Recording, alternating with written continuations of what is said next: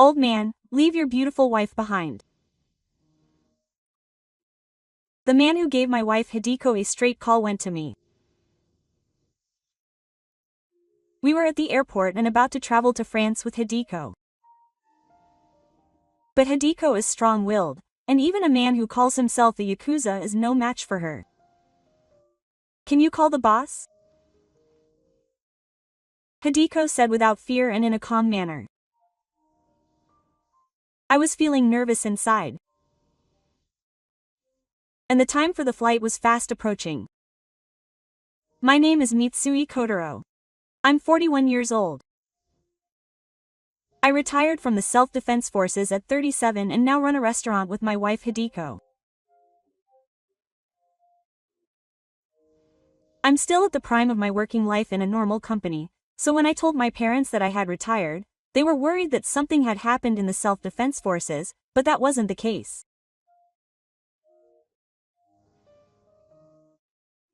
The self-defense forces have a low retirement age system in order to maintain the integrity of the entire stage. In addition, they receive retirement benefits and support for life after retirement, so I think I'm better off than an ordinary salaryman.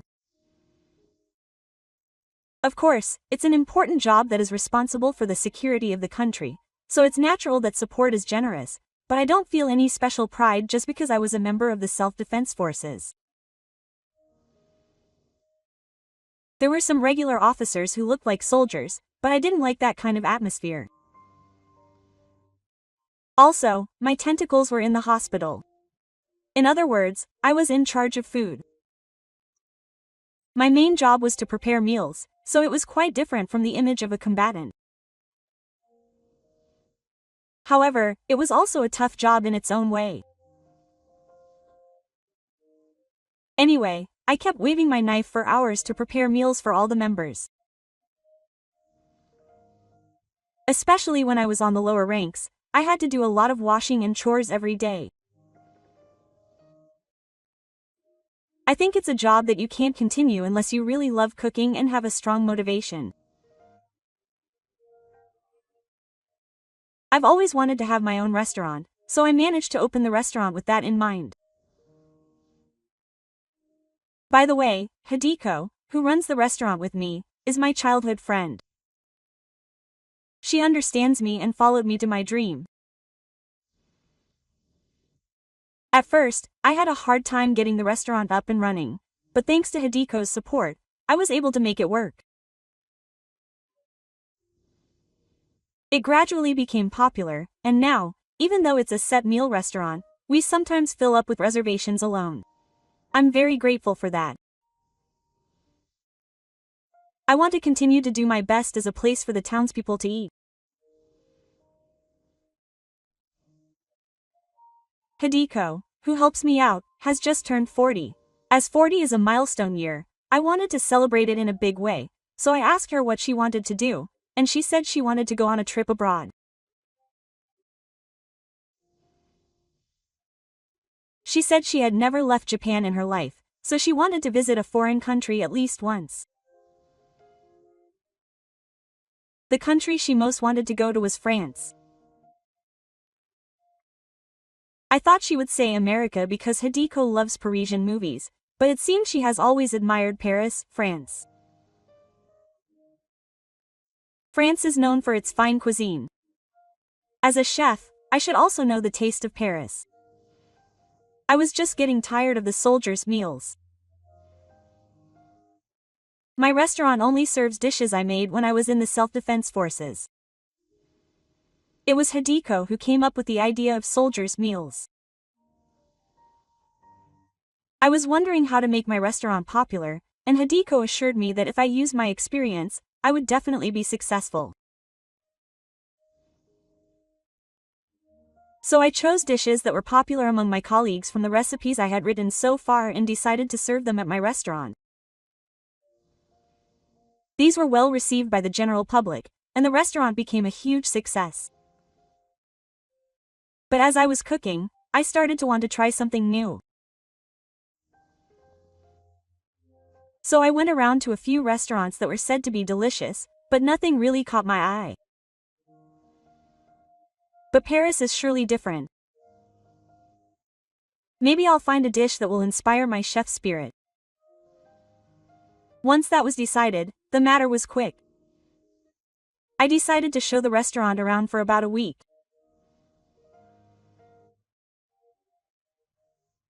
We put up a sign on the shutters saying that we would be closed for about a week due to an overseas expedition, and set off for France. However, as soon as we arrived at the airport, we were involved in an incident. We arrived at the airport quite early, so we were sorting out our luggage in the lobby.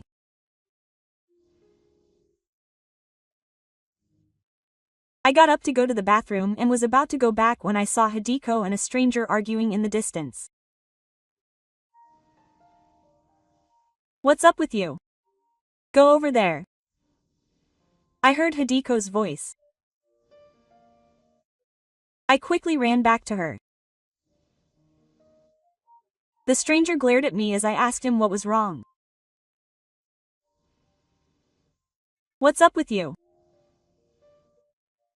Saying this, he raised his eyelids and slanted his eyes like a street thug would when cutting his face. He looked literally like a bruised man, but he was still quite alive. He looked to be in his 20s.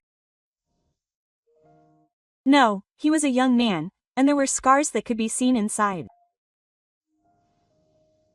It looked like he had been cut with a knife or something sharp. I had to go through immigration soon, so I didn't want to cause any trouble, so I dealt with the chief. "Excuse me, is there something we should do?" When I asked him as I was stopped, the man pointed to Hideko.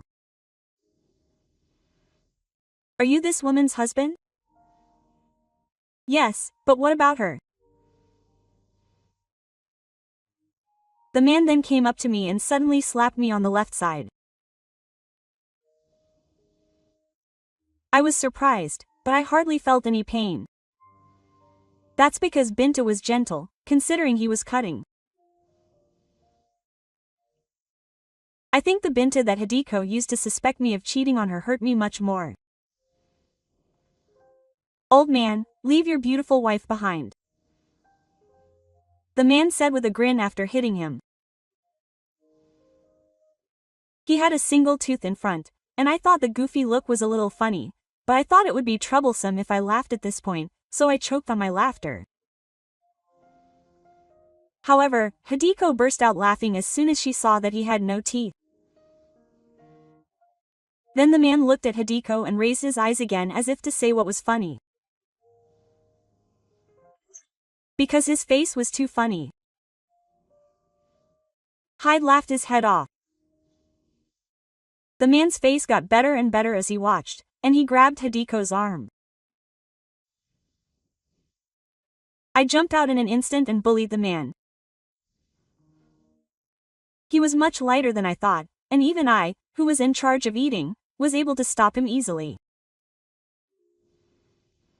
The man who I first asked shouted, "Why am I a Yakuza?" Yes, yes. I get it, so please don't make a bigger fuss. I have to go through the immigration process now. I look down on men who call themselves Yakuza. Hideko seemed to get even more excited when she heard the Yakuza comment, and she laughed her head off. "Did you hear that, Ochin? He's a Yakuza. He's a Yankee from the town." I'm not going to say I'm a Yankee. Hey, Hideko, don't laugh either, I told Hideko while holding back the raging man. But Hideko was amused and continued speaking. "Well, let me tell you. The guy who's bullying you is a former special agent of the self-defense forces and has been to the front lines of a certain battlefield. He fought local guerrillas and killed dozens of people with just one knife." Hideko told a ridiculous lie. But the man who heard her words suddenly became very depressed. Did he really believe in her impossible bravery? Well, I've cooked meals for dozens of people with just one knife countless times, but seeing that, Hideko said further. Can you call the boss? Hey, Hideko, stop messing around. I glanced at the clock. A lot of time had passed while we were putting on a farce. I said it was a role. If so, send the boss out. The lowlife was able to manipulate an ordinary person, so why don't we make him pay for it with his parents? Suddenly Hideko started speaking like a yakuza. In fact, she was a stage actress in the Tenmature Theater Company and was good at acting. Her performance, in which she glared, was quite impressive. Then an unfamiliar middle-aged man came over. The man was wearing a black coat over a dark-colored kimono, and had a mountain-like head, and looked very different from the average person. His eyes were sharp, and he had a big scar on his cheek, making him look like a yakuza boss. Moreover, two men in suits of bad standing were standing next to him. Their unusual aura made me instinctively loosen my grip on the man. Then the man ran away like a rabbit and ran towards the middle-aged man. Hey, what are you going to do? These are some real people. I whispered to Hideko. Because you wouldn't normally think that those guys were yakuza. That's what Hideko was trying to excuse herself. We just wanted to go to France for our first trip abroad, so how did it end up like this? Thinking back to 25 years ago, Hideko and I were still in junior high school when an earthquake struck our hometown. The old streets were destroyed in an instant by the earthquake, and our house was destroyed to the point that it was no longer livable.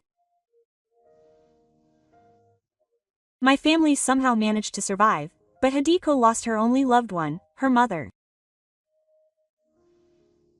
However, Hideko was so brave that she didn't shed a single tear, saying that there were people who suffered severe injuries and lost their children and were in much worse situations. From then on, Hideko came to live with me as a family. Hideko's mother had been cut off from her relatives and could not be contacted, and her father had not even been around since she was born. Our family warmly welcomed Hideko, who had suddenly become completely alone. That said, life in temporary housing was by no means easy, and there were many inconveniences, but we managed to get by helping each other. By the way, it was this disaster that made me think about the self-defense forces.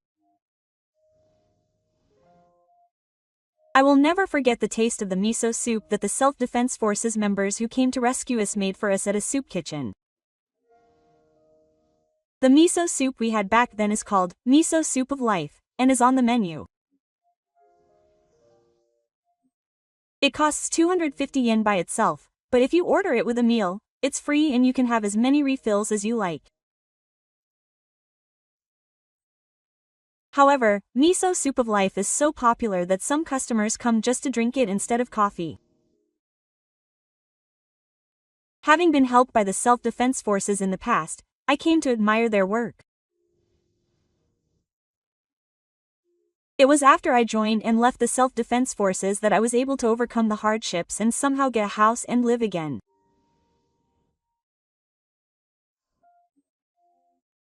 I got married to Hideko, and she took care of my parents on my behalf while I was away, and I am still very grateful to her.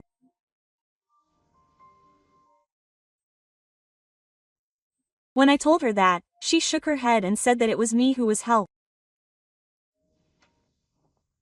Hideko had always wanted to be an actress since she was a child. Her late mother was a very beautiful woman and a popular snack bar hostess. As she grew up, Hideko became the exact same as her. She then joined an amateur theater troupe made up of people who had also experienced disasters. She gave many charity lectures and devoted herself to those who had been affected by disasters. Even now, she runs her shop and regularly participates in charity events. I truly respect Hideko.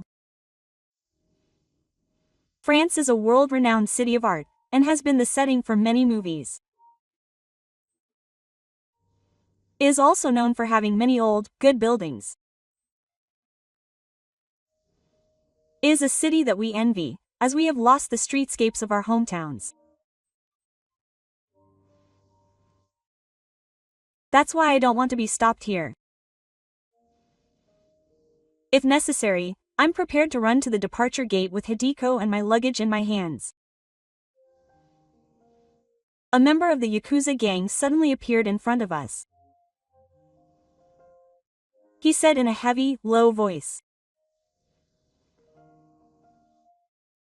"It seems that our young man has caused trouble," and although he didn't seem angry, I felt a sharp stubbornness hidden in his eyes. That young man was just a fool, but this one might be the real thing. No, uncle. They were the ones who caused trouble for me. A man telling a pathetic lie with a pathetic voice. Wait a minute. It was that man who made the first move. He slapped my husband. He was exhausted though. Hideko said. The man retorted. What do you mean, heroic? In the first place, you looked like you were having trouble with your luggage, so I called out to you kindly, but you suddenly gave me the middle finger. I could see her glaring at Hideko. She has a strong demonic sword spirit, and although this is also her charm, she takes an attitude of dislike to people she doesn't like, as if she is out of place. Her personality was the complete opposite of her mother, who was Nak's mother. Did you do that? I asked her with a sigh. Because you had a naughty look in your eyes, and I somehow didn't like you. Hideko said, looking up at my face. I'm sure you know that you went a little too far. And I'm sure you raised your hand against you. This is a country where people are left alone. If you lay a hand on someone, it's against the law. Or maybe the law doesn't matter to the Yakuza. I was nervous when she suddenly looked at the bosses with a sense of awe. What's that? For now, I'd better apologize and head to the gate quickly. I looked at the clock again. Time was running out. It was the small man beside her who responded to her bullish attitude. Hey, he kept his mouth shut and glared at me. That's right. Go for it, brother. The man from before popped out from the shadow of the boss and shouted. Then the boss spoke as if to stop him. You guys stay quiet. It was a menacing voice, but for some reason his face was pale. And he stared at Hideko's face with his eyes wide open without blinking. I wondered if it was Hideko's menacingness that made this boss-like person pale, and looked at Hideko. It was certainly a little scary, but not enough to make people like that tremble. However, the boss-like person had not been able to hit the target, and there was a tense atmosphere between the two of them. I continued to imagine Hideko and her luggage running up the escalator in one go. This was so that I could run at any time. At that moment, the boss's words broke the long silence. Hideko. Maybe she's the daughter of your Nobuko? Nobuko is Hideko's mother's name. Yes, but do you know my mother? The boss looked pained for a moment and clutched his chest. The men beside him immediately reacted and took out some kind of medicine from their second bag and tried to hand it to the boss. However, he said he was fine and brushed it away. I suddenly thought that maybe he had a serious illness. Was he alive? The moment I crushed him, the boss covered his face with one hand. Could it be that the boss of a yakuza is crying? Hideko seemed to be shaken by the sight. Do you know my mother? My mother died in the earthquake, leaving me behind when I was still in junior high school. Hideko's words reminded me of the past. It was not the fear of the shaking that caught my eye, but the scene that came into view afterwards. The residents who had been living peacefully until just now were crushed under the collapsed houses and crying and screaming. I was powerless to do anything about it and had no choice but to run away with my family at that time. My own helplessness was the most painful thing. I thought I had to become even stronger. But everyone in this family became my new family. So I never felt lonely. In fact, I'm grateful now to the fate that made me stronger. At that moment, an amazing sight entered my eyes. The boss hugged Hideko and shouted, "You're my daughter." The shocked man and Hideko were frozen, muttering, "Dad," to each other. "I've been looking for you for a long time. I knew you were caught up in the earthquake, but the damage was so great that I couldn't find you. I was actually thinking that I would take you as my daughter when the time came. I never thought that Hideko was the daughter of a yakuza. I was worried about what I would do if I was taken away like this. I will never give her up. If it gets to the point where I have to throw away my luggage, pick her up, and run across the country to France, I just hold her in place. There was no need to worry." Hideko said, "Please talk," and shook off the boss's arm, staring him straight in the eye. "I don't have a father. That's what my mom said. And my family is only the people who have always cherished me. I don't think of you as a father or a daughter anymore." Saying that, Hideko picked up her belongings, turned her back on the bosses, and told me to go. "Wait, Hideko." The boss called Hideko to stop her. "I also feel like I can't go like this. I understand Hideko's feelings, but I also understand the boss's feelings. The boss has lived his whole life believing that his daughter has died.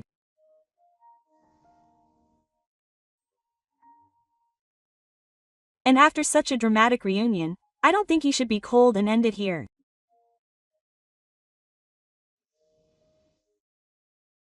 There may be a gap between us, but since we're both alive, shouldn't we slowly fill that gap from now on? I'll at least give you my contact information. If we break up like this, you'll regret it too." But she ignored my words and walked briskly. I followed her, glancing back at her. The man who was told he wasn't her daughter's father somehow looked very small. "Hey, Hideko, do you think you can enjoy going to France with this kind of feeling?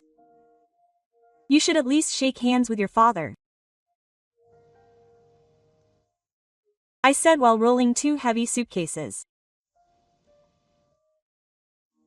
At that moment, Hideko suddenly stopped and turned to face the boss who was standing a little distance away. Then she suddenly started singing. It was a famous chanson song, and I had heard Hideko sing it several times. Passers-by looked at Hideko with a relieved look on their faces as they walked away, but as the song got more exciting, some people started to stop. Hideko's singing was that good.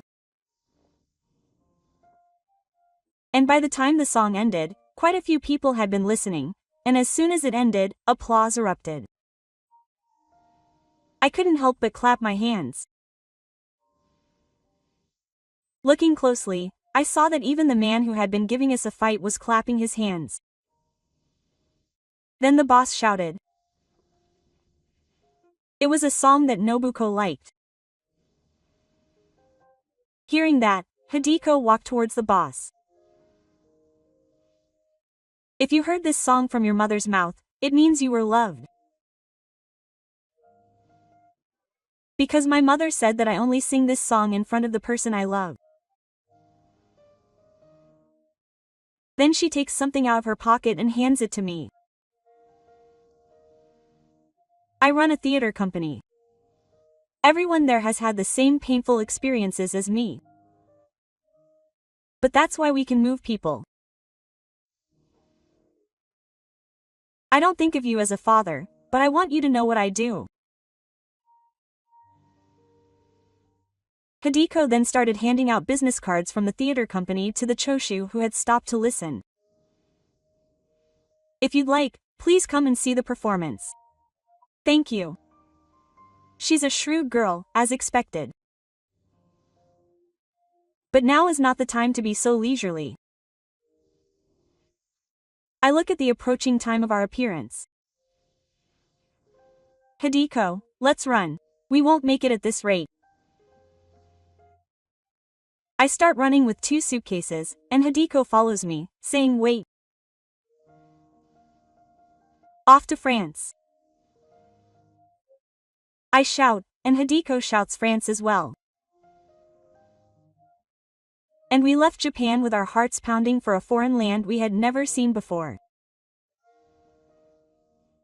To be honest, France was wonderful. I can see why it attracts the most tourists from all over the world. I walked through the city singing, shining from the beginning to the end. If I did that, I would be thought of as a suspicious person, but people like me would call out to me and be happy. All the food I ate at the restaurants and cafes was delicious, and first of all, it looked beautiful. The food I made for the troops seemed like school lunches. France taught me something important, as I had been so busy cooking that I had not developed an aesthetic sense. France is amazing after all. I want to live here forever. Saying that, I was shown France more than Hideko. But she said to me, yes, I was starting to miss the taste of miso soup, but I was drinking wine and looking at the beautiful city of Paris. Of course, this is a wonderful city. It would be fun to live here and sing every day. But I think I have a role to play. Hideko looked serious. I had a hard time, but I did not curse my fate. Even if it was destined to bloom tomorrow and wither today, I want to cherish that one day. I can feel her feelings deep in Hideko's eyes. That's right. When we get back, I'll treat you to a different kind of miso soup of life, so look forward to it. Then Hideko smiled. That smile was so beautiful that I was really grateful. I was grateful to be alive. I was grateful to feel joy. And I was grateful for everything. A few days after we returned to Japan, the boss came to visit my shop. However, Hideko was away that day because she was at the park for the theater company. I'm sorry, Mr. Boss. She's not here today. When I apologized, the boss shook his head. No, I came to see you.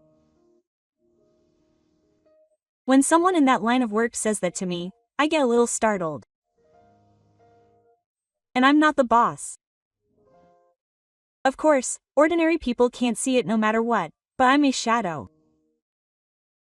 That's why I say I'm here alone today, but I have a young person waiting outside. I can't drive. When I said that, the boss laughed. Is that so? So you don't drive, boss? When I was young, I would get angry when I got behind the wheel and would try to run over all the people I didn't like. My boss scolded me severely and took away my license. Whether it was a joke or not, there was no way I could laugh.